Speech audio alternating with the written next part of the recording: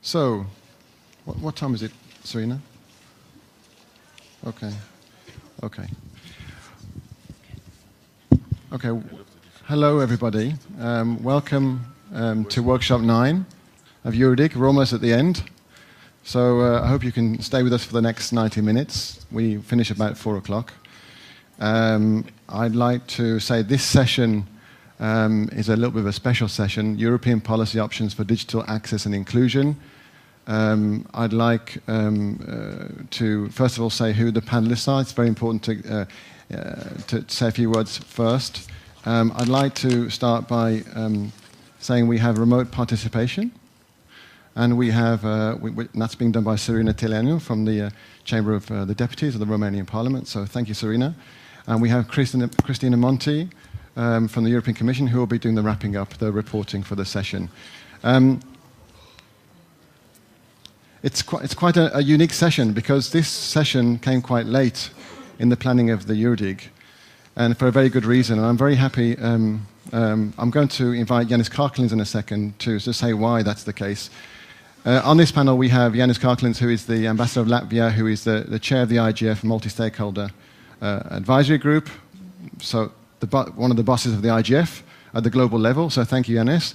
We have Mark Carvel from the UK government, who is here, and he's very much involved in the EuroDIG processes and in internet governance generally. We have Megan Richards from the European Commission, very much involved in EuroDIG, and thank you for coming, Megan.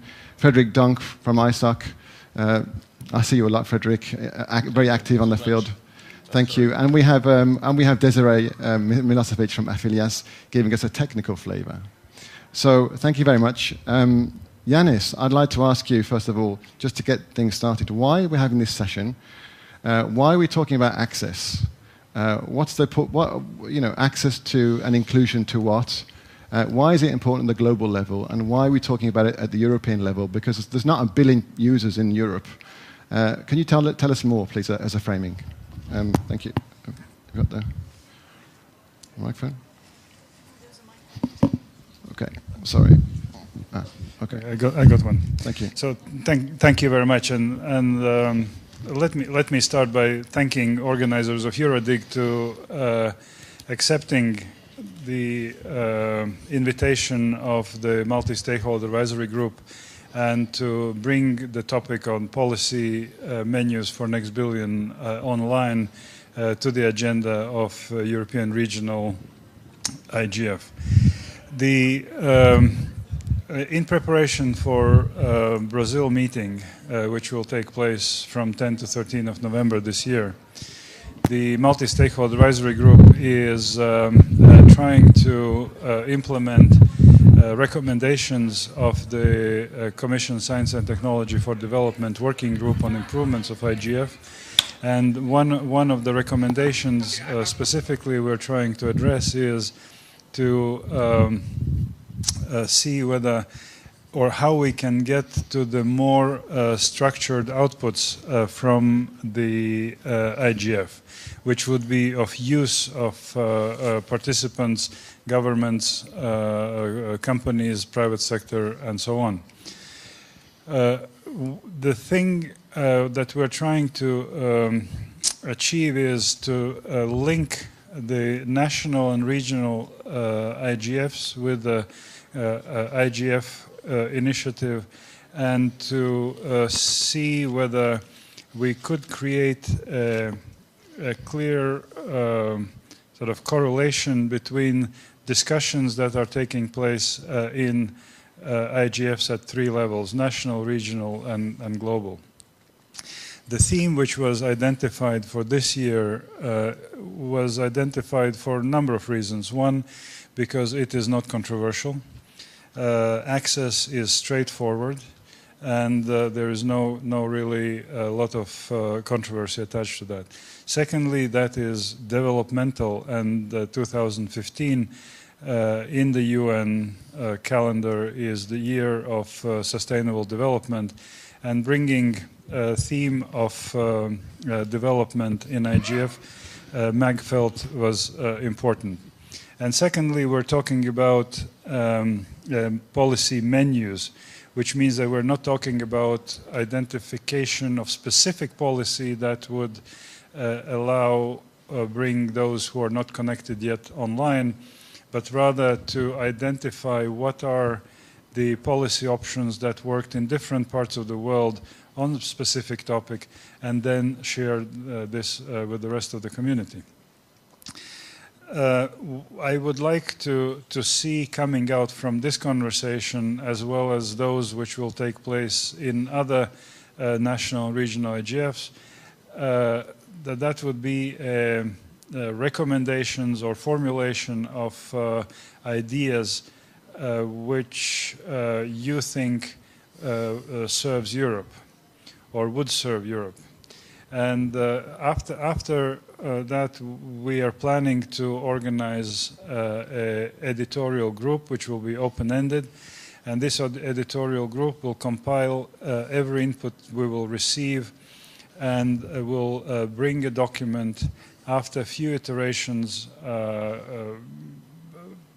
following the public consultations online to IGF. And this is what we're experimenting this year, and we will see whether that type of linkage would work, and how much energy that would bring to IGF, or how much energy that will take away from IGF, because we don't know.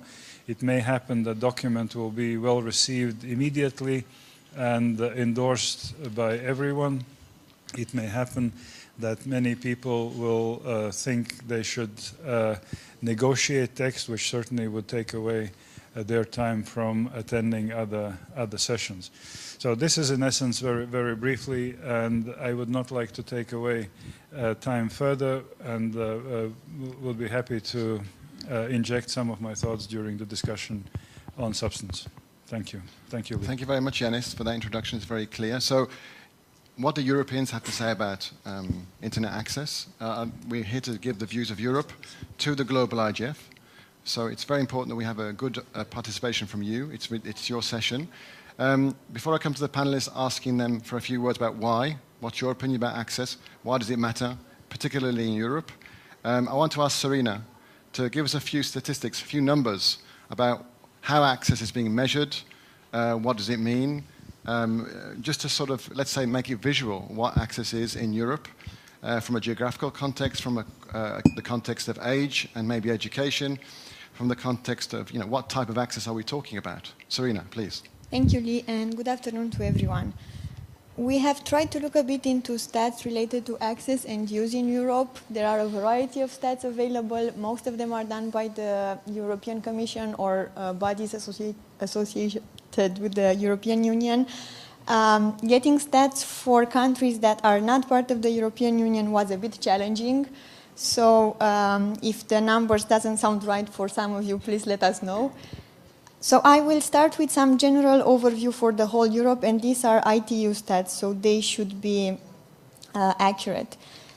Percentage of individuals using the internet for the whole Europe, 77 plus 0.6, and this is the estimation for the end of 2015. Households with internet access at home, and for Europe it is the highest percentage among all other regions in the world. It's 82.1% of the whole population in Europe. And again, I'm talking about the whole Europe, not only the European Union. Fixed broadband subscription, again, highest among all other regions, 29.6% of population. Again, an estimation for the end of 2015. And active mobile broadband subscriptions, 78 plus 2 of the whole population. Looking at the whole Europe, there is some digital divide, and there are various dimensions of this digital divide. One of them is the geographical one, the differences between West and East and North and South. And I will look a bit into these differences and give you some numbers for some countries. And this is about internet users. For the West, we have the highest rates of Finland, Netherlands, Sweden, Luxembourg, with above 90% of all citizens being internet users. And for East, the difference, you will see it's quite high. We have Ukraine with 37%, we have Armenia with only 43%, Moldova and Serbia with 45% and 49% respectively. The digital divide is not only about East and West, but there is also the North and South. digital divide. Again, we have in North Finland, Netherlands, Denmark with above 90, and then if we go to the south, we see Turkey with only 46%, Serbia the 49, Italy and Greece even only 59. So the geographical digital divide is a very obvious one when we talk about the whole Europe. Now again, as I've told you, most of the stats are available for European Union countries, Norway, in some cases Serbia, for some other stats, Iceland was also there. So it might not be the case that these numbers are relevant for the whole Europe. But I will go to them because I think they are very important to look a bit into them. So 72% of all EU citizens use the internet at least once a week. This looks a bit strange, so maybe this is one thing we can discuss today about these stats and whether the measurements, not only the tools, but also the things that they are looking into are relevant and how they are relevant. Using the internet once a week, I don't know what that means, so maybe we can again talk about this. People who go online on a daily basis. We have, again, countries with very high percentage of regular internet users. Just under 2/3 of all European citizens use the internet every day or almost every day, so 65%. But the share ranged in 2014 from 32% in Romania to 85% or more in Denmark and Luxembourg. So again, this difference and geographical also. 80% of all EU citizens never use the internet, and I think this is very important to underline. And again, it is a difference between countries and between regions. We have Romania and Bulgaria as the lowest, and then Luxembourg and Netherlands as the highest. Another thing would be about fast broadband, fast access and broadband, and again, the differences are mostly geographical when we talk about the general picture. And when we talk about whether it's fast or ultra fast, you can notice that we cannot really talk about the geographical division again. So this would be another thing, but maybe we can look a bit more into this when we start the discussion and go into the various issues related to access. Okay. Thank you. Thank you, Serena. I'm glad that we have those statistics. They give you some idea. The measurements are quite interesting. Why are we measuring it like that? I would ask that question. I want to come straight to Mark Carvell from the UK government. There's super fast broadband in the UK, or it's coming through. I'd like to ask you, Mark, about why do we need super fast broadband? Why do we need these things, 5G, for example? What's your opinion from the UK perspective? Thank you. Well, thank you, Lee, and good afternoon, everybody. I'm with the Department for Culture, Media and Sport, and this is the UK ministry which is responsible for our broadband programme. And as you said, Lee, this is an important part of government policy to ensure that the UK keeps in step with the development of the global digital economy, and that our businesses are able to compete internationally, in addition to growing our own economy, that they're able to export effectively and so on. And the figures are not actually that brilliant for the UK. I mean, one of the surveys showed that as many as 30% of small businesses have no digital knowledge or skills and don't have websites. So there's a challenge to be addressed for us. And it's an important opportunity, really, to test out projects, to deliver the opportunities for the UK community, and also to learn from our experience and impart that through, for example, the Internet Governance Forum process, which is an important and critical opportunity, really, for engaging communities in developing countries and small island developing states, so that they benefit from the opportunities that the information society should bring for them socially and economically. So we have a challenge in the UK, and to bring our population and our business communities up to the right kind of level, and we want to ensure that the global community also develops and learns from our experience, and we learn from the experience of other countries. Yeah. Okay, thank you very much, Mark. So there are divides, and I'd like to come to you at some point soon about the divides that you may see regarding access and inclusion.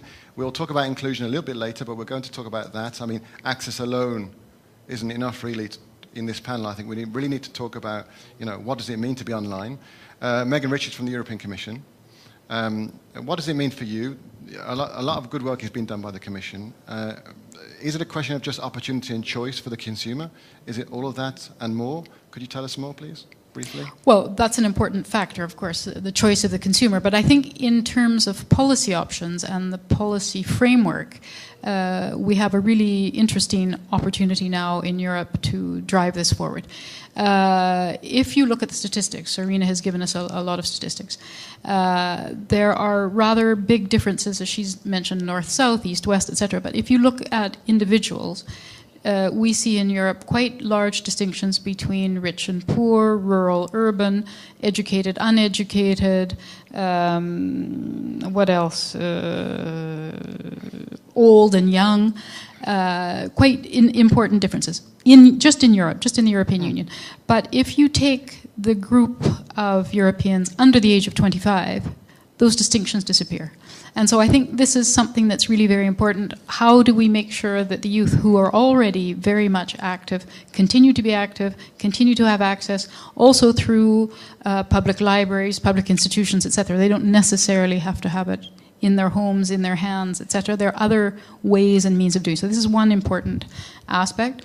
On the other hand, the access is also very important. Mark has mentioned the social and economic aspects. And of course, one of the reasons for insisting on the broadband targets and the access targets in the digital agenda for Europe was primarily to drive forward the growth and jobs agenda, to make sure that access was available, of course, for individuals, for commercial communication purposes, for social purposes, for connecting people, for making sure families had access, but also from a very important industrial, economic, digital economy growth perspective, to make sure that small companies had the access to make sure they could work online, web entrepreneurs could develop.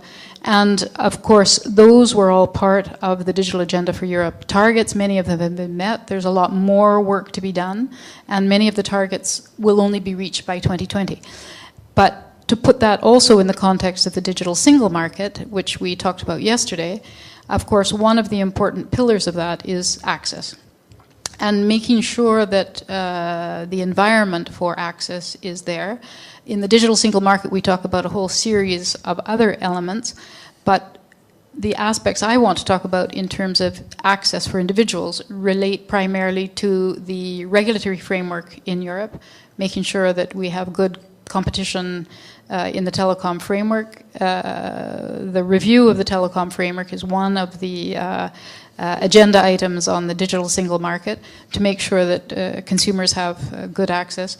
And this is something that we look at also in an external context, which I'll come to in just a minute. So there's the regulatory, legal environment, and also the investment climate. So we want to make sure that investment funds are available there to roll out broadband as and where necessary. I mean, the UK is a wonderful example of some individual cooperative groups that have brought broadband to rural areas. But also this year is the European Year for Development. We also have the WSIS Plus 10 review. The whole WSIS initiated on the basis of the importance of information society for everyone in the world, bridging the digital divide between now, when I talk about North and South, I don't mean Europe, I mean the rich, developed world vis-a-vis the rest of the world, developing countries, BRICS, least developed countries, which Mark has mentioned as well. And here we have an interest in making sure that the European models are not necessarily followed exactly, but the experiences that we have had can be used to the extent they're useful, appropriate, etc., in those developing countries, and make sure that we all can work together. We have a global interest in making sure the rest of the world also has access. Again, as I mentioned yesterday, in the digital single market context, the better the European digital single market, and the better we have access, and the better access developing countries have, the more we can trade, the more we can exchange information, etc. So there's lots more to say about this, but don't worry, I'm not going to say anymore. Okay, thank you. Thank you very much, Megan. If I pass the mic to Frederick Donk from ISOC. Now, ISOC has been very much involved in at the global level in this discussion, and you know, briefly, your expectations, Frederick. Why is it important for you? What are we trying to convey from Europe to the global IGF, please? Thank you. Note to myself, never speak after Megan. I mean, she's just perfect and on lots of different then you can be angles. Then you can be brief. And, yeah, exactly, okay. helping me to be brief. So, yeah, I believe we have a common agreement here that access to the internet is important. It's enable people to become creators, innovators, entrepreneurs, and even citizens, which might be just a top level. So, very briefly, I believe we have a common agreement. I'd like to come back to some notions, and then I might just develop that further in the conversation. First, digital divide. We need to be cautious not to have a binary vision on what digital divide is. We used to picture this as the have-not and the have. Have are the people who get access and who are online, and have-not are people who are not. We made interesting finding last year with the Internet Society Global Report on the Internet, where we found that actually within the have-not, you have people who actually might have access to the internet, but are not interested. They're not interested because they don't have understanding, they don't have time, and they don't find interest. So we might need to take care of those guys, especially because we discovered that there is a blatant need here for local content.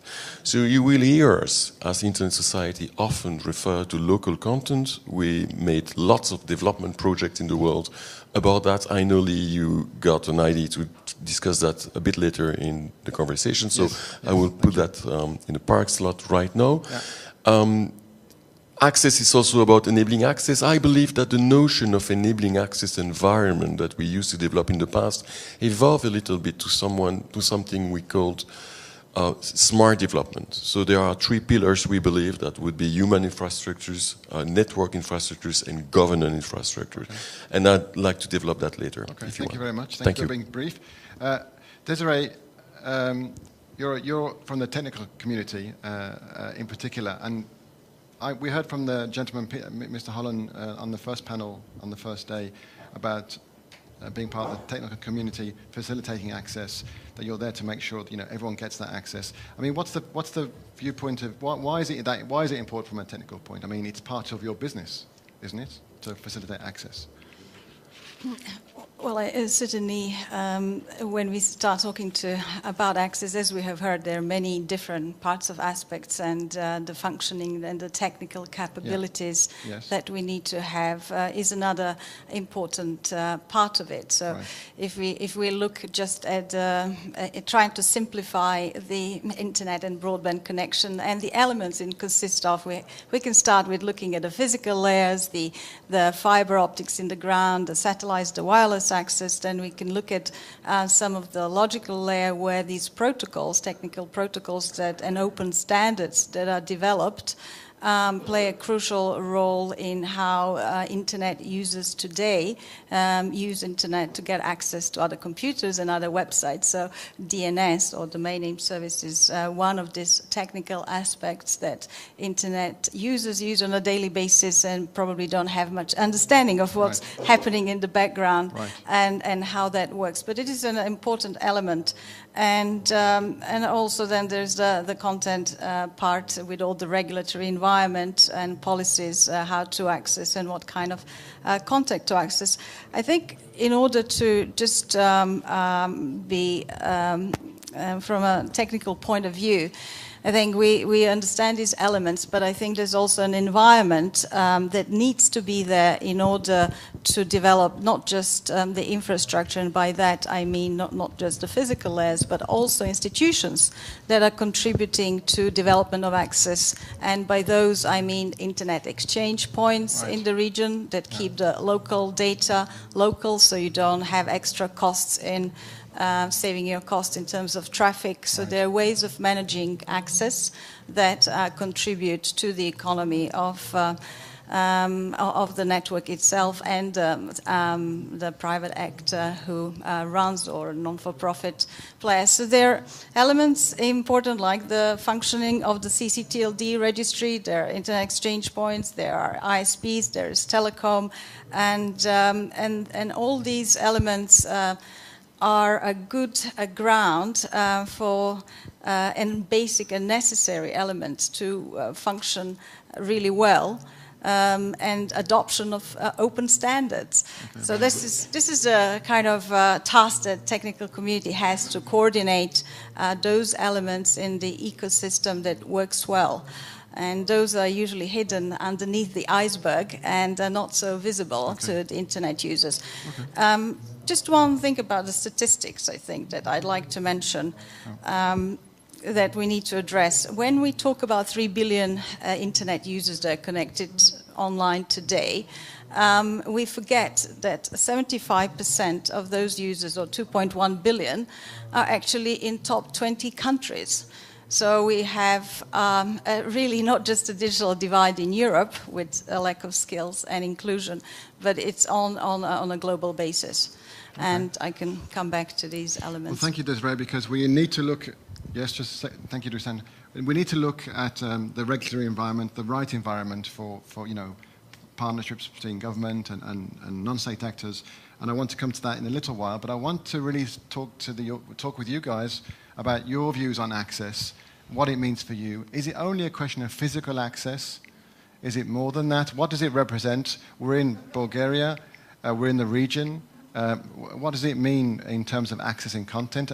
We can touch content now. This is about inclusion, of course. I imagine if we're not looking at content, then how can we attract people online if they don't have content in their local language, for example? How are you going to get the next billion if they can't read the stuff that they want to get access to? I see someone there, Dusan, or is it Vojislav first? Please, your name, and let's have a conversation. Thank you. Thank you. Also, Rodic from .rs. You cut me in half tweeting about the other aspect of digital divide, which is the content digital divide. Okay. When we make access, whether it's a blog post, a web page, or buying an airline ticket, somebody produced that content. So those countries that produced most of the content which is accessed are actually content exporters, while others who produce little content, they have content consumers. Right. It's just like with any other commodity. There is one more aspect of access I would like to turn our attention to. What we mean by access, without any definition, is ability to connect to internet and to consume the content, and then we rate the access according to availability and speed of the connection. But when we access any service, any content, we are also being accessed. By whom? We individually, by all the intermediaries, starting with our phone, hardware, software, and especially firmware, and all the intermediaries, ISPs, and other services which provide us with access, but they also access us, of which we are most often not at all aware. And when we are aware, we try not to think about it, not to think about all the possibly negative effects. Okay. There are some positive, but I see more negative. So those are just a few thoughts from me. Thank you very much. You should pass the mic to Dusan. But before we get to Dusan, so the point is that access, we're looking now straight to content and those issues. And the two-way approach that Vojislav is talking about, which is that they can see you, you can see them. Access means that there is some, I don't want to use the words mass surveillance, but it's in the newspapers. Are we talking about that too? I don't really want to go into too much discussion in this session, but Dusan, would you tell your name and maybe your question, please? Dusan, again, from Serbian Registry. Serbians are taking over this conversation. So I will be brief. When you talk about users, internet users, you are talking about human internet users, or maybe Internet of Things already starting to happen. So we will have a bunch of things or internet users in my point of view, because I am coming from technical society. We will have a bunch of users, for example, washing machines are already there. You must have internet access to them and them to internet. So what do you think about that? Okay, thank you very much. I'm going to stay here and I'm going to pass the floor quickly for a quick feedback from the panel, perhaps. What's your response to those issues? I mean, why? Are we talking about access to things as well with emerging technologies? Are we talking about not just people anymore? And what does that mean? Does anybody want to come in on this before I go back to the people and talk more about this issue? Who wants to take it? Since I have Desiree, the mic, please, I will use this opportunity. Please. I think Dusan makes an important point today. Just in addition to 3 billion users that we have connected to the internet, we have billions of devices, and according to the forecast, we will have about 50 billion devices in the next 10 years connecting to the internet. So it's machine-to-machine access, not just and things as the term says. I think it's an important point of thinking about this in terms of infrastructure investment and building smart cities and everything that urban and regional areas would need. So thank you for expanding that view of access. Okay, thank you, Desiree. If you want to come in, I'm going to go to the other speakers in the room. But if you want to come in, Mark, or not? Well, just very quickly to expand on what Desiree has already said. It's clear that different users have different needs. The Internet of Things is one aspect to connect things, but it's also clear that an SME that is going to do most of its activity on the internet and using the internet as for sales or whatever else it is, needs more upload and download speed, high speed, than, for example, my mother, who needs to only send me an email once a week, for she's maybe once a week user. So the difference and distinguishing and differentiation between different users and different times, I think, is important. Okay, thank you. Mark? Thanks, yes. Well, I mean, it is a very valid point to refer to what's fast coming down the track in terms of connectivity of objects, of devices in the home and so on. It's an important part of it. And we have a Smart Cities program which is very much integrating that into the policy objective. But I think for this session our focus really is on the human element.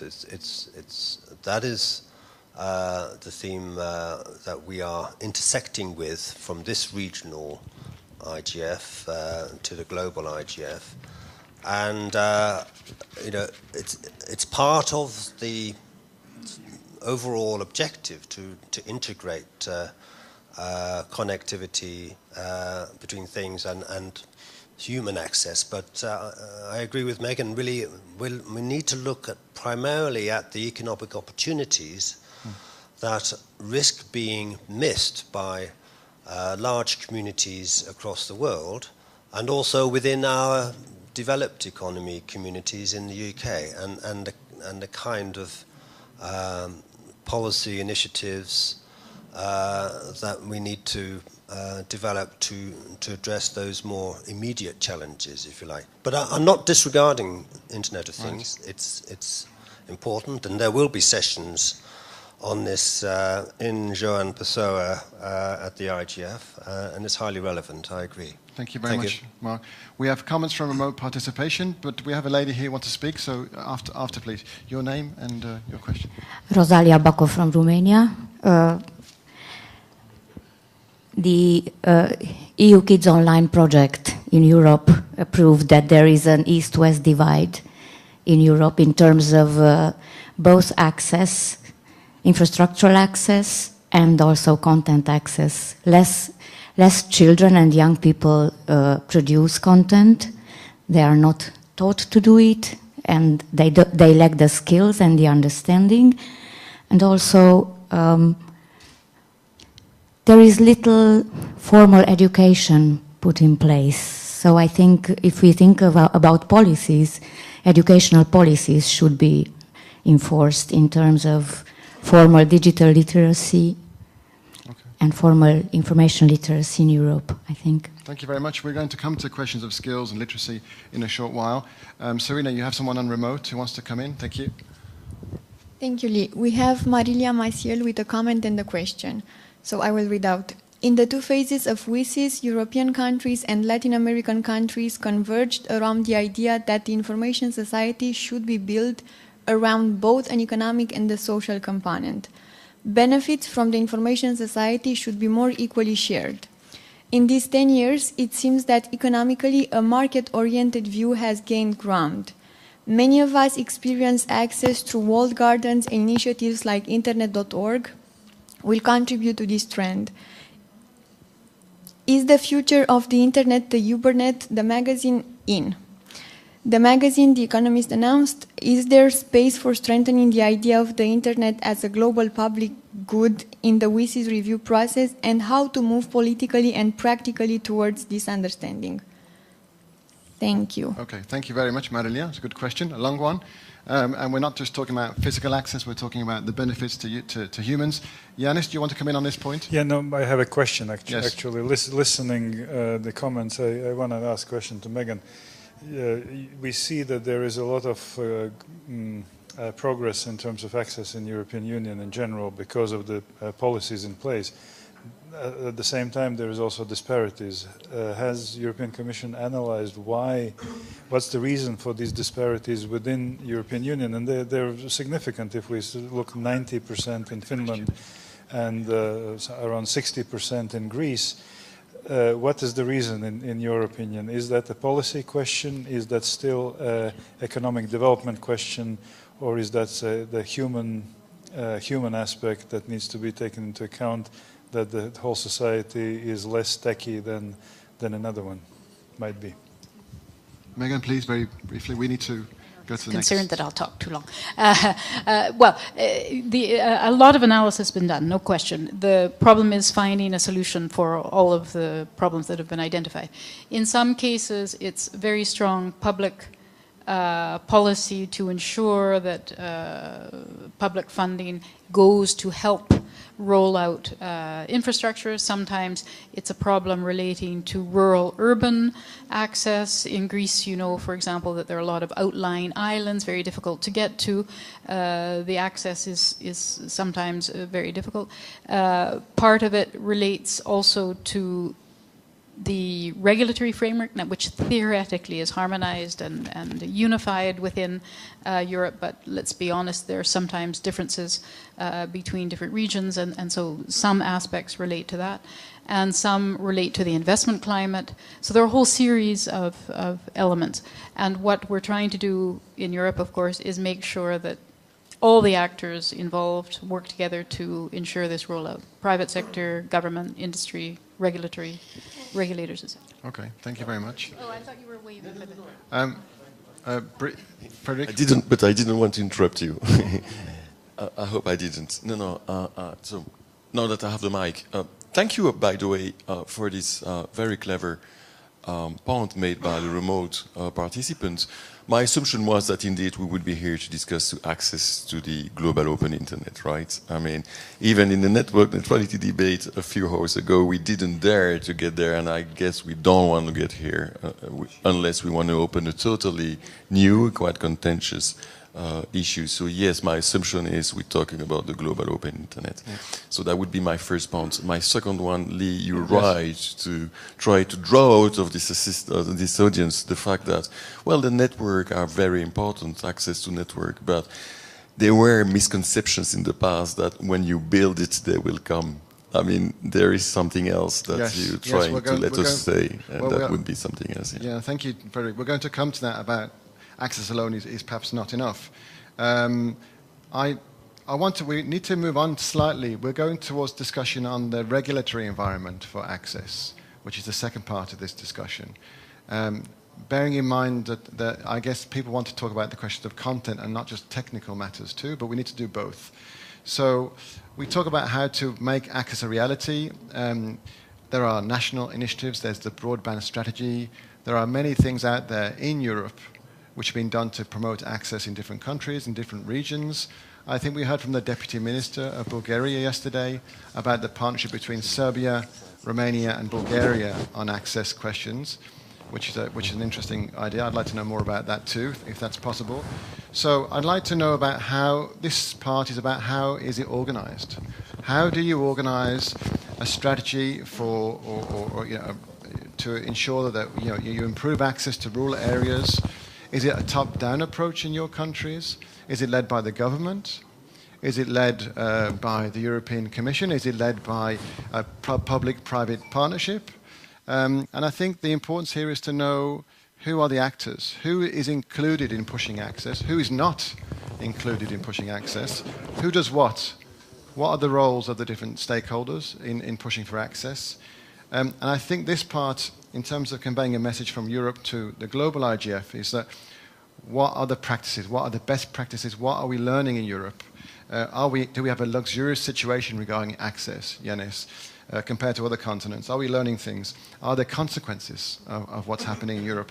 And I'd like to go back to the panel, if I may, and to ask, what is the right regulatory environment? How do you make this a reality? Is it a top-down initiative, Mark? Is it a top-down initiative pushing access in the UK? Is it top-down, or is it a mixture between state and non-state actors? How does it work in the UK? It's the latter. In drawing on the UK experience, the government has put a lot of money into supporting commercial investment in infrastructure, first of all, in terms of infrastructure or the broadband rollout and so on. Something like £750 million was put into the UK broadband strategy, with working with commercial partners to ensure that infrastructure is rolled out, and that extends to the most remote areas. We've touched on rural problems and island problems in Greece and so on. We have that same problem in the UK. I mean, we're hoping to achieve 95% superfast broadband rollout by the end of next year. For that remaining 5%, we're having to look at innovative projects, working with entrepreneurs, thinkers, in order to try out, well, how are we going to achieve that last 5%, in difficult to reach areas? But Mark, why so is it's government working with the sector. Why is it difficult? And let me ask a simple question. Why is it difficult to get to the last 5%? Why? Just basically why? Well, the challenges are quite enormous in terms of cost, and a lot of the work has to be done in analysing, what is it going to cost in order to bring those communities within the modern world of the information society and the digital economy. So there are challenges. The private sector, we can't just leave it to the private sector. We've got to work together with them and look at options, whether it's satellite connectivity, even in the UK. We're exploring that through pilot projects. Is it the government which is taking the lead, as to say the lead actor, followed by other actors? Is that the way it works?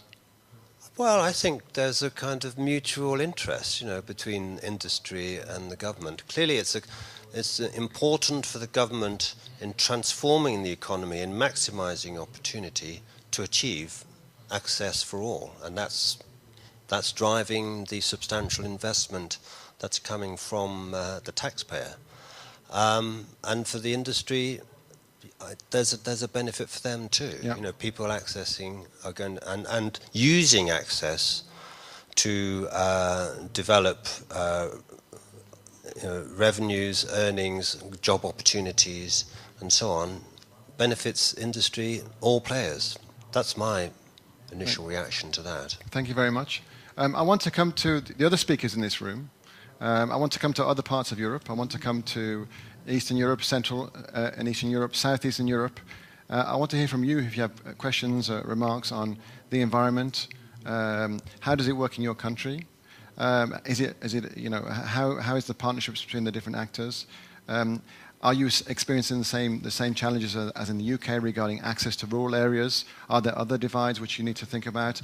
Do you need ultra-fast broadband to improve your economy?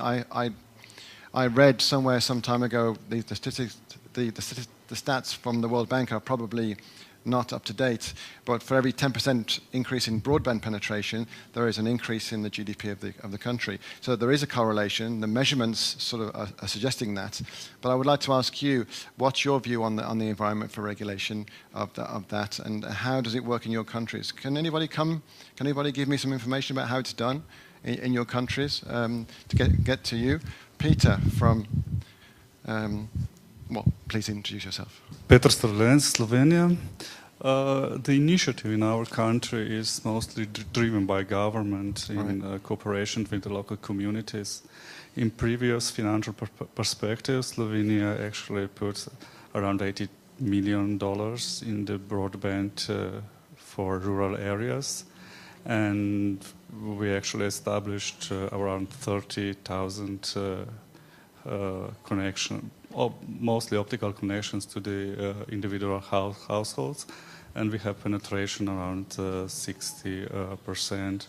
For a new perspective, we are preparing new strategy, and we actually set goal that broadband connection should be at least 100 mega. And we face quite a lot of opposition from commercial players, because they would like to utilize all copper they have.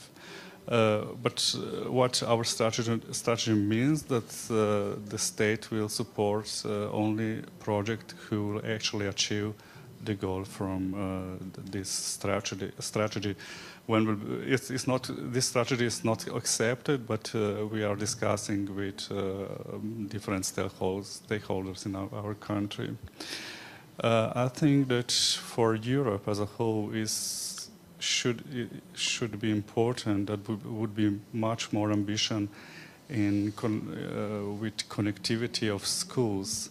For example, United States, you have some project who would cover all states within United States. But within Europe, this is up to the member state. And I think that European Union should be as same bold and ambitious as United States, and should somehow try to connect all schools to some optical network. Thank you very much, Peter. Anybody else want to come in on that before? Yes, please. Your name and where are you from? Which part of Europe do you come from, and how does it work? Good afternoon. My name is Edmunds Belsks. I'm from Republic of Latvia, Minister of Transport. I represent governmental part.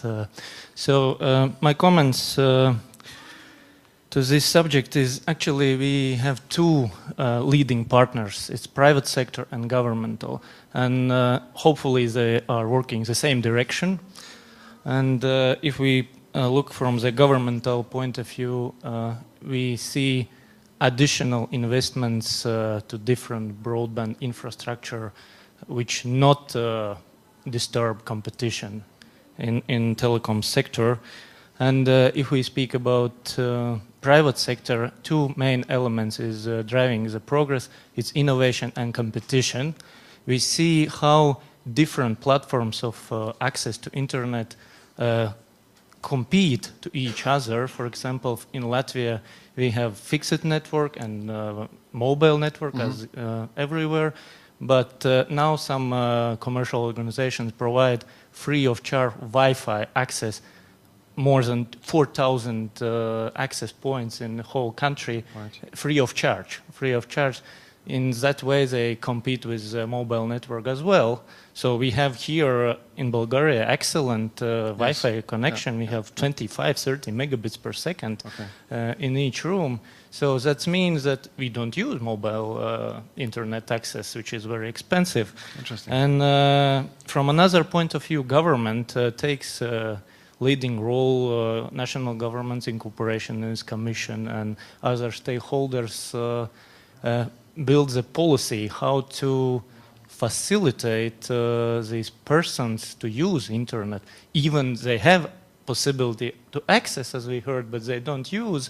we build the e-governance, we put into virtual area different services, and then we politely ask, then we request use these services only via internet access tools, as the tax obligations and tax reports are nowadays only in the internet is available. So this is a way how we can proceed, and those people who are not used to use internet, I can compare with a bicycle. When we start to ride the bicycle, we are not the champions from the first day. We go to a short distance, we use a little bit of internet possibilities, and we are used to use internet, and after 1 and 2 years we are professionals. And that is a way how the government can facilitate with the help with the industry and educational sector, facilitate and include those people who are not already in virtual area. Thank you very much. So once you have internet, it's very hard to go back, and it's probably hard to go back to a slower speed even. But it's a very good point about public access points and how that works with mobile. I'd like to explore that. Megan Richards from the Commission, you're doing so much work in this field. You have the broadband strategy work and other things. I mean, the gentleman here just mentioned about some sort of perhaps resistance sometimes from the private companies. I don't know whether we need to talk about that.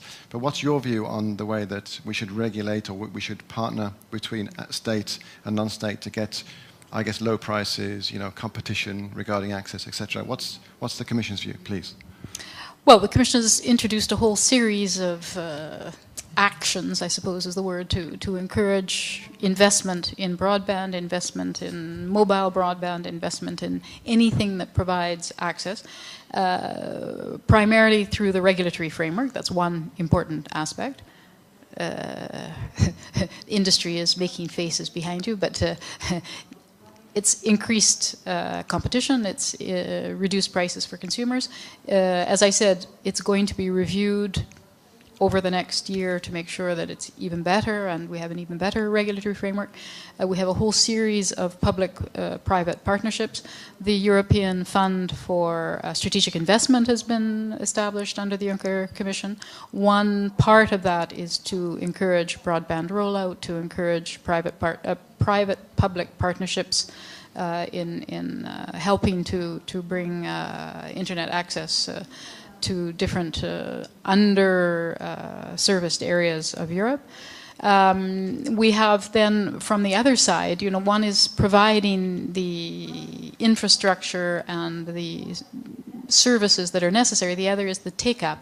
And we have a whole series of policy actions on that side to make sure that once the access is available, people know how to use it, they can benefit from it through increasing their digital skills. We have a whole series of actions on making sure, and again, this is not the Commission, this is coordinated by the Commission or driven to a certain extent by the Commission, but it's really everyone involved, with private sector, educators, civil society, governments, ministries of education, etc., who are working together to try to improve the skills within Europe, not just for access and information from the internet, but also using the digital skills that they need for new job opportunities. We know that there are something like 1.5 million IT jobs available in Europe by the end of this year, for which there aren't enough candidates. So this is another element that's very important. The whole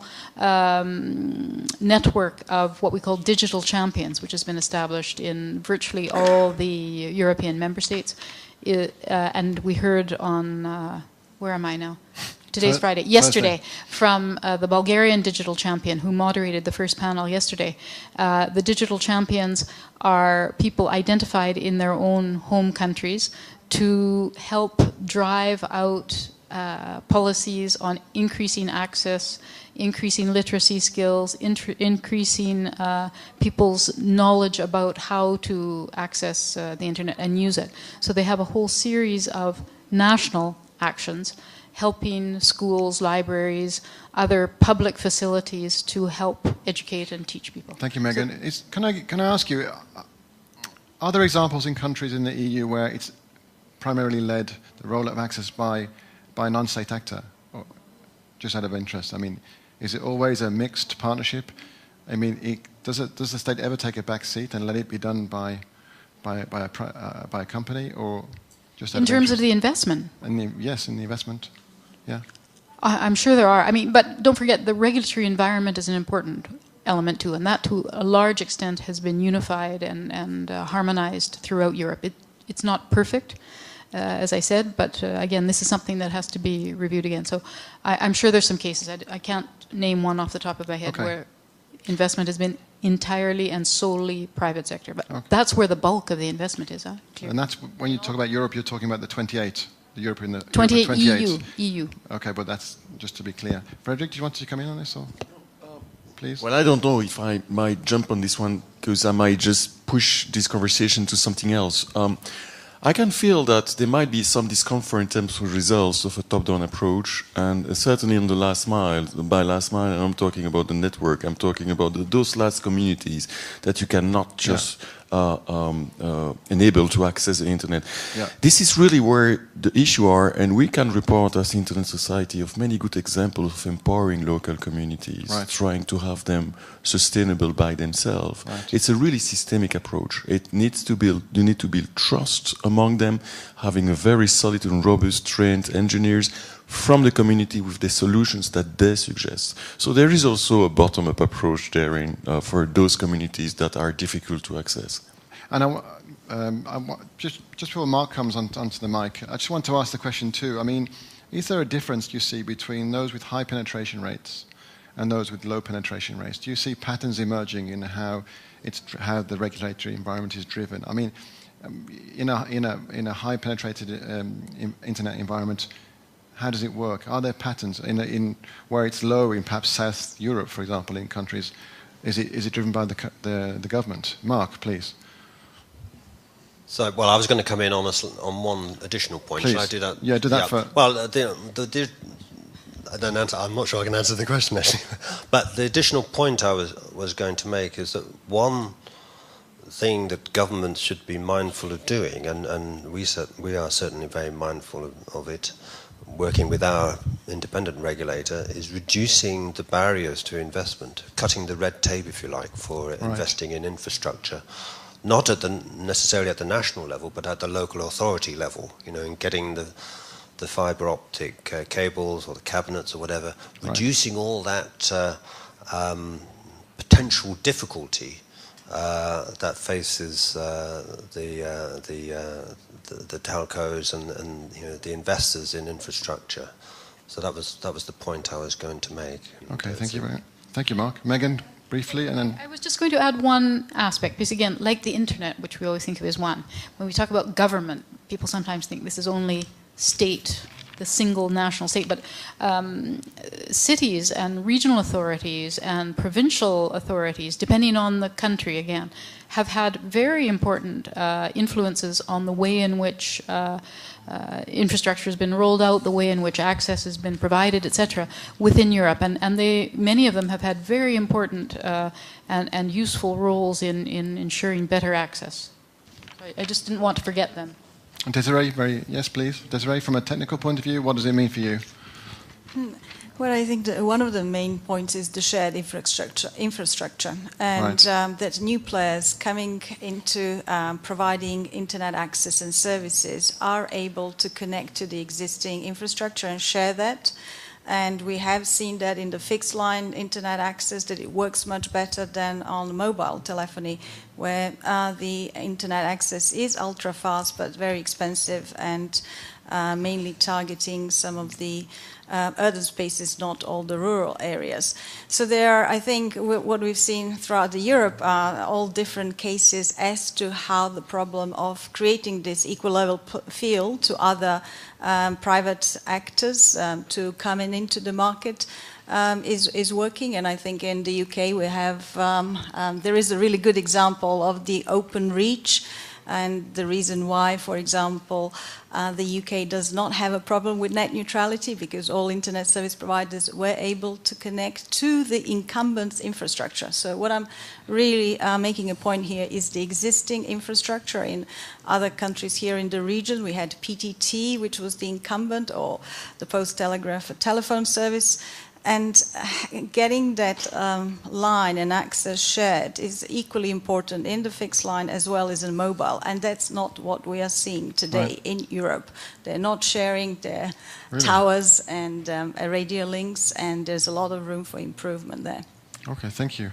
Any lessons learned so far? Any unintended consequences? Any best practices that we can share from Europe to the global IGF? Are there things that we need to convey? Or are we all very happy in Europe with the increasing access to internet, even though there are divides and we need to do more, faster speeds? Any views from the speakers in this room before we carry on? We're into our last half an hour. I'd like to go beyond the EU 28 towards the other countries in Europe. If you are here, if you have comments to make on the environment and what you see. If not, then I would like to go to the third section of this discussion, which is about the gaps and about questions of, you may have access, but you may not use it. It was mentioned earlier. Why are people who have access not using it? Are they scared to use it? Is it a question of skills? Is it a question of age? Is it only for the young people? Then there is obviously a need from this discussion to close the gaps. What are the gaps? What are the gaps in your countries? Why are people who have access not using it? I want to maybe pull in our colleague from Finland. From Finland, I know that in Finland, for example, there is a legal right to access the internet in Finland, which I think is a link to the universal service obligations in Finland. And I know that in certain countries, I think in Spain too, and in one or two other countries, there is a legal right to have access. I think that's quite interesting. So we heard about public access points, which is, of course, having a consequence on mobile access as a means of bridging divides. I'd like to ask the panel, and of course you, about the question of closing the gaps. And this is really a question of inclusion, I think. Inclusion of populations. Perhaps we're talking about older people, perhaps we're talking about people of low incomes who can't afford, hence public access points. I'd like to ask, you all, what's the issue of gaps in access, and what does it mean? Does it mean if we have those who have high speeds, or those who have access, are they better off? Are those with lower speeds, are they excluded in some way? Are the gaps emerging in this? Are we seeing patterns emerging? Frederick, please. Well, Lee, thank you. I would say all of them, all the criteria that you said, skills, age, ability to do it, interest in doing it, all are very valid criteria. So I can report from some project and experience that we had worldwide level. Increasing the demand at local level is really critical for us. By that I mean not only relevant content, but accessible content. And in most of the case, we realize that the content might be there, but outside of the country, because we don't have equipment or infrastructure that allow for the content to stay in the country and be created in the country. So this is why we promote not only, of course, infrastructures, switches, routers, servers. That's okay to turn that on, but we also promote a very strong capital of human beings, robust engineers and trained experts that then create the demands at local level, meaning that we then get into a virtuous circle, or when you keep the traffic at local level through IXPs, and IXP is just basically switches and routers, you allow for the internet to be cheaper. You get better latency, or you reduce latency, local content is accessible. So you create this virtuous circle. People are interested in the local content, start creating local content, and the internet is cheaper. So for us, IXP is really at the centers of this internet local ecosystem. Thank you. Thank you very much. Maybe perhaps Yanis, you put your hand up, and then Megan, if you want, if that's okay, if we do it in that order, please. Yanis? Yeah, very much in line that Frederick said. Actually, I remember when I was at UNESCO, we were doing a study together with OECD on the correlation between the access and the local content. And what Frederick said, that is absolutely true. More you have local content, more you have people willing to access internet and then use that content. The problem is that there are countries in the world where content is not kept in the country. And these countries are actually disabled twice because they need to put their content on servers outside the country, and then they need to pay to pump that content back in the country by individual users. So that is one aspect. Another aspect very much linked to that, if we do not promote within the country local internet infrastructure, we do not develop knowledge about internet locally. And the knowledge base is also one important element from developmental point of view, because if you don't have local experts, it is very difficult to think on sustainable development also for any technological system. So in other words, there is a very strong correlation, and infrastructure development and content development, they go or should go hand in hand, because they are mutually reinforcing each other. Thank you very much. So local content, we're going back to the beginning of the discussion. Megan, please. Yes, thanks. Well, to follow on with the points already made, the one I wanted to make really related to what we were talking about at the beginning, and that is the importance of access and information to economic growth. And the digital economy is clearly a driving motor of growth in the world, and therefore at the IGF level, I think we have a good narrative to discuss there, where we have the whole world there, the whole world that's interested in the internet, and we have a lot of aspects relating to good practice in terms of regulatory environments, digital skills, information, etc., that we can exchange and share. And in this year of development, as it is, the European Year of Development, and in view of the WSIS Plus 10 review, I think it's particularly important this year to address those issues in this context, because we have seen the dramatic change that just having access to mobile telephony has made in Africa, for example, in terms of access to information, knowing how much your sorghum will get on the market today as opposed to tomorrow or yesterday, etc. Just those simple things have dramatically changed lives of people in such countries. And having access to the internet, particularly mobile internet, and new and different ways of accessing this through innovative systems and innovative ways of rolling this out, I think are also very useful and interesting to discuss at the IGF. Thank you very much. Are we in a luxurious situation in Europe compared to other continents, I wonder, in terms of access? I mean, the questions are the questions different here in this continent compared to the other continents? I mean, South Korea and Japan are better connected than Europe. Yeah. Let's put it that way. But what I'm trying to get to is that are there really other questions? Highly connected in societies, will that engender more skills, more jobs automatically? Those who are less connected, are they going to fall backwards? That's my question. Is there really a direct correlation? Can you really say that? Are the measurements the right measurements to try to reflect that? Or do we need to start looking at new measurements in that context? I mean, public access points, delivering public services online, Mark, for example, in the UK. My concern is that, should we be obliged to only access internet for these services? There are a lot of questions in this context. I'm just thinking about, those who are not connected but are being told to go online to access public services. What happens there, Mark? But maybe that's not the question, the point you want to make. Please. Thanks. Well, if you're comparing the European experience with other regions, I guess quite often it's a matter of scale. Right. But I mean, in the UK, 1 in 5 adults do not have basic digital skills.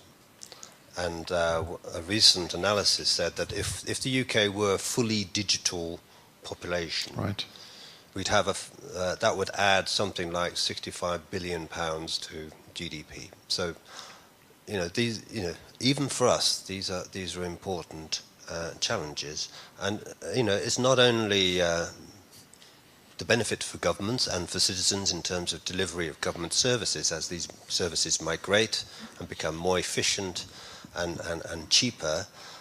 It's actually opportunities in the broader economy and stimulating people's perhaps otherwise untapped skills to develop content and engage in cultural activities and so on online. We have a number of initiatives. Digital Champions was mentioned. We've had a very high-profile digital champion in the UK, Martha Lane Hunt. Fox, sorry.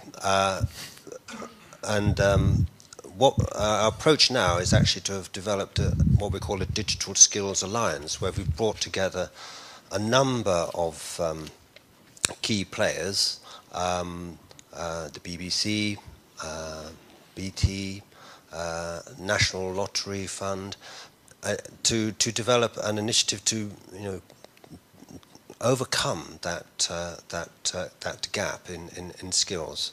And it's not government funded, it's a number of key partners coming together. So that's our current approach, and we have a similar initiative to reach out to the micro businesses and to skill them up. And education was mentioned very early on. That's a very important aspect of government policy, getting the curricula in schools to really incorporate skills like coding and so on. That's been a very important part of our approach to transforming to combating the sort of sluggish, not willing reluctance to embrace these skills, but to promote the value of acquiring those skills. Thank you, Mark. I want to come to the other speakers in the room. I want to know what your views are on this. We're into the last 15 minutes, and I'm very conscious that we have to convey some messages to the global IGF. I hope, Yanis, we are meeting expectations in terms of what you expect from Europe in terms of this discussion. It's at one time technical, another time about content, local content, issues regarding access to maybe different scripts, for example, IDNs and these sort of things. So I'd like to know from the speakers in the room what you think about these discussions. How important is it for you? I see a hand. Dushan, do you want to take the mic, please? Sorry. Serbia again. Again. About IDNs and about other stuff. You were talking about many things, but you didn't, and thanks to Desiree, only one time she was mentioning protocol layers. I want to ask you about IPv6, for example. This is not IDN. This is not something that is related to the local thing. This is global thing, but those kind of protocols, are those the question of the government strategy or lower? Should we discuss that on IGF? Usage of those addresses, those protocols that after that we can talk about IDN. Also a protocol layer. Should we discuss this? Because IDN domain names, internationalized domain names, they are somehow connected to access the content in local language. So please give us a thought about that. Thanks. Dushan. Desiree, I'm looking at you. I'm wondering whether you have a technical response to a technical question like that. IPv6. Thank you. Dusan again raised an interesting and important point, the fact that in order for the networks to operate well and to connect next billions of devices online as well as users, we would need in parallel to run IPv6. And whilst I had talked with some representatives from the European Commission, they felt that internet standards that are developed voluntarily, it's not the government job to actually urge anyone or dictate internet service providers to adopt that. And I was a little bit shocked by, having heard. I do think that policymakers should do more and more awareness, because currently it's just a technical community who's raising this issue, and private sector has not got enough of case studies to see that it's necessary to invest in next layer and next IPv6 infrastructure in order to connect additional billions of users. So in my view, it's an extremely urgent issue to develop IPv6, and we have seen in Africa leapfrogging nations that are already running in parallel IPv6 and IPv4. These are currently not interoperable, and I would approve and support any policymakers on a national and governmental level who could raise more awareness and do some incentive for those ISPs to provide that access. Thank you, Desiree. Voice left, please. We have to continue with IPv6 and who should make whom invest. At present, we have a situation, especially with those who have heavily invested in IPv4 equipment, that they are lagging, they are hesitating, it costs a lot of money, they don't see immediate return, which is their goal. They are private companies, they have quarterly reports and yearly profit marks. And now we have in UK, a very strange situation where you have a delay of implementing IPv6 and a very vibrant secondary IPv4 market, where the remaining few IPv4 addresses are being traded, and we are a herd of IPv4 lemmings running into NABES. So there is a need. I'm not saying it should be government, but it's hard to imagine who else should make, either by ordering them or by why not giving them some incentives to make those sizable investments into IPv6, because it's really in the interest of all of us. Thank you. Thank you very much. Does anybody want to respond to that, or another technical question? Desiree, very quickly. Otherwise, we're coming to the end of this session now, so if you want, you can. I would just say, go to Internet Society website. They organize IPv6 Day. Slovenia here has a wonderful Go6 initiative and is a leader in Europe in trying to get all services run on IPv6. So there are examples and best practices we can all learn from. Okay. Please, Gregor. Yes, one question. Thank you. Your name and Grigory Zagyan, Internet Society of Armenia, Vice President.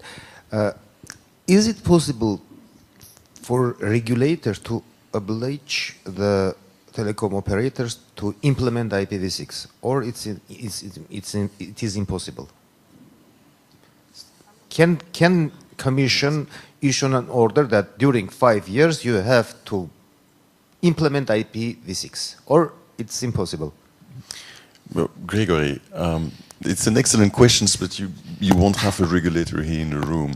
What we try to do is indeed provoke or cut the chicken and egg situation where nobody wanted to move into it because they didn't see any direct return of investment.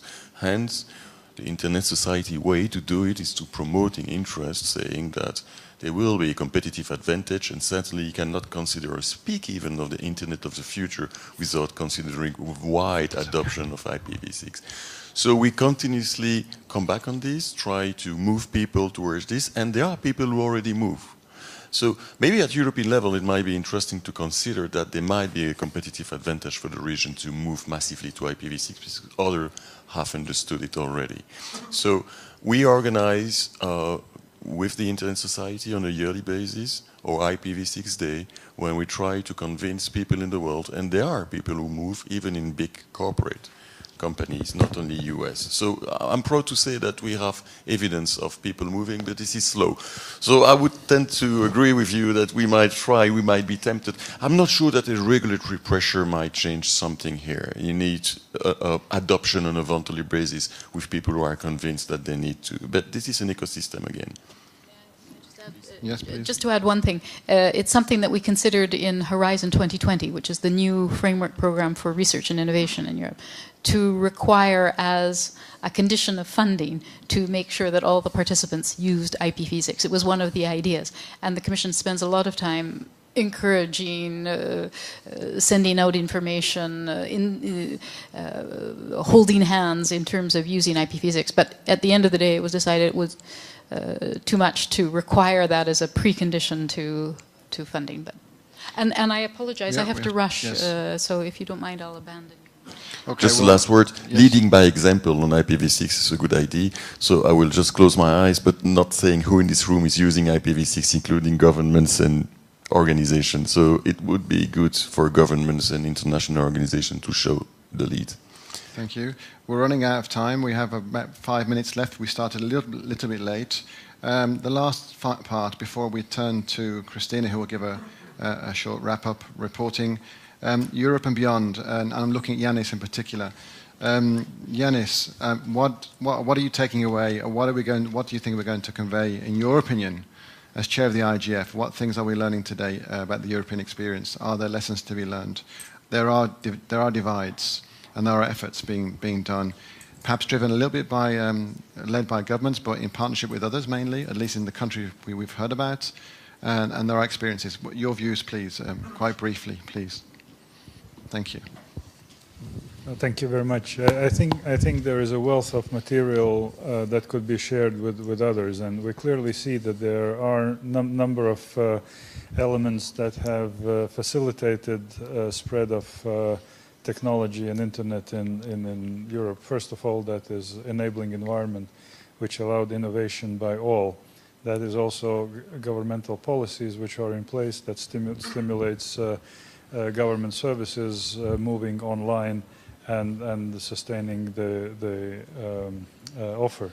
That is also educational policies that bring more people and make young people more accustomed to sort of ways how technology could be used in the best possible manner. Of course, one needs also to acknowledge that and explain what are the main reasons behind the gaps that also have been identified during this discussion, and demonstrate that there are some objective elements like poor concentration of population in remote areas which require additional investments, and their public policy may not be sufficient, and then maybe some other policy should be put in place to subsidize access and to stimulate the market until the market forces would start working. So all these elements I would be pleased to see captured in the submission, and that would constitute a good basis or good input for the editorial group to work on and to bring it to IGF Brazil. Okay, thank you, Yanis. We're at wrap-up time, and I think you have one final, if you have any very, very quick points, you can say them now, otherwise I'm going to pass to Christina. But Christina, maybe you want to sit there in where Megan sits.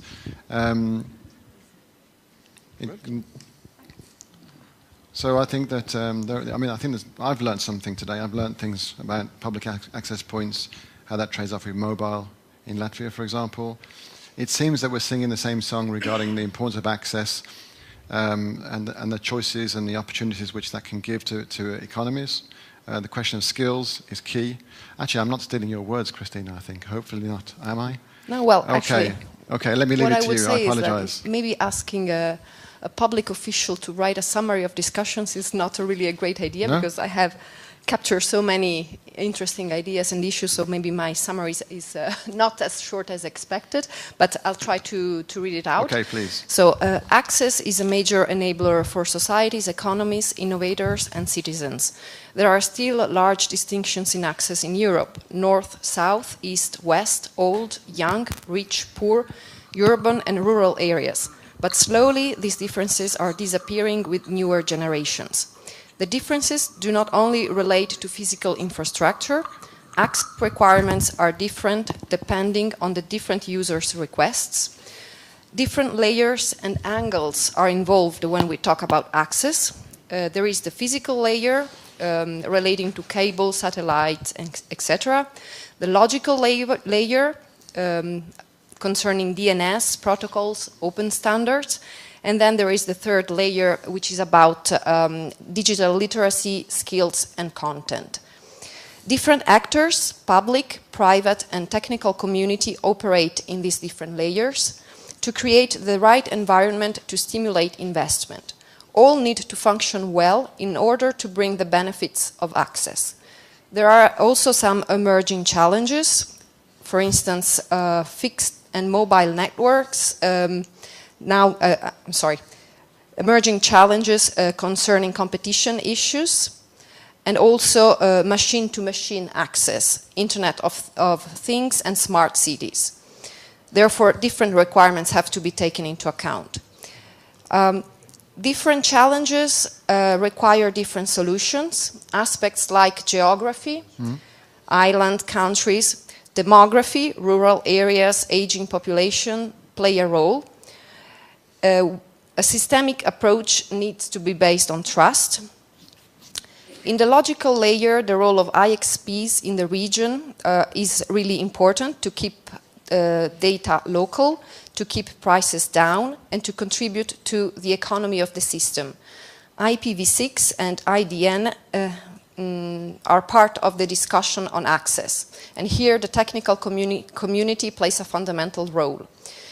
In the infrastructure layer, public policies aim at providing funds where private investments are not enough, for instance, for broadband rollout, but without disturbing competition.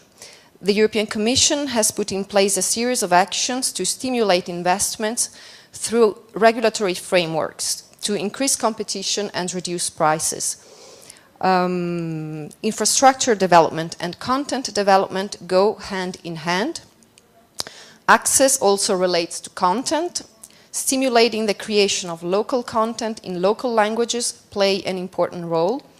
Increasing the demand at local level is crucial, but content has to be accessible, cheap, and interesting for users.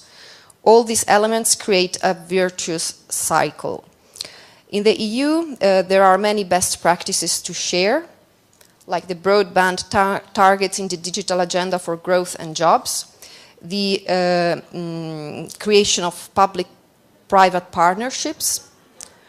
There are many examples, like the network of digital champions in all national member states to help drive policies to increase access and give people the right skills. Helping schools, libraries, and developing the right curricula is an important aspect.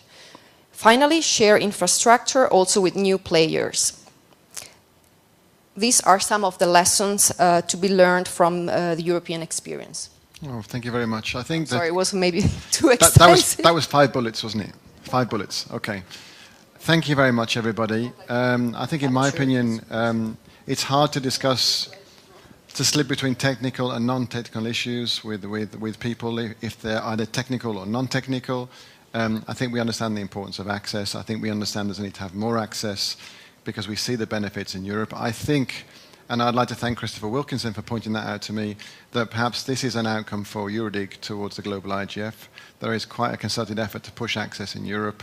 We already have a lot of people online, and there's 200 or so million more to come.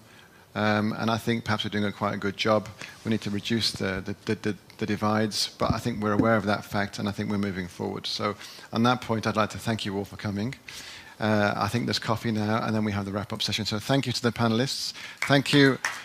Thank you very much. Thank you. Thank you to Serena and to Christina, of course, for helping me organize this session. Thank you.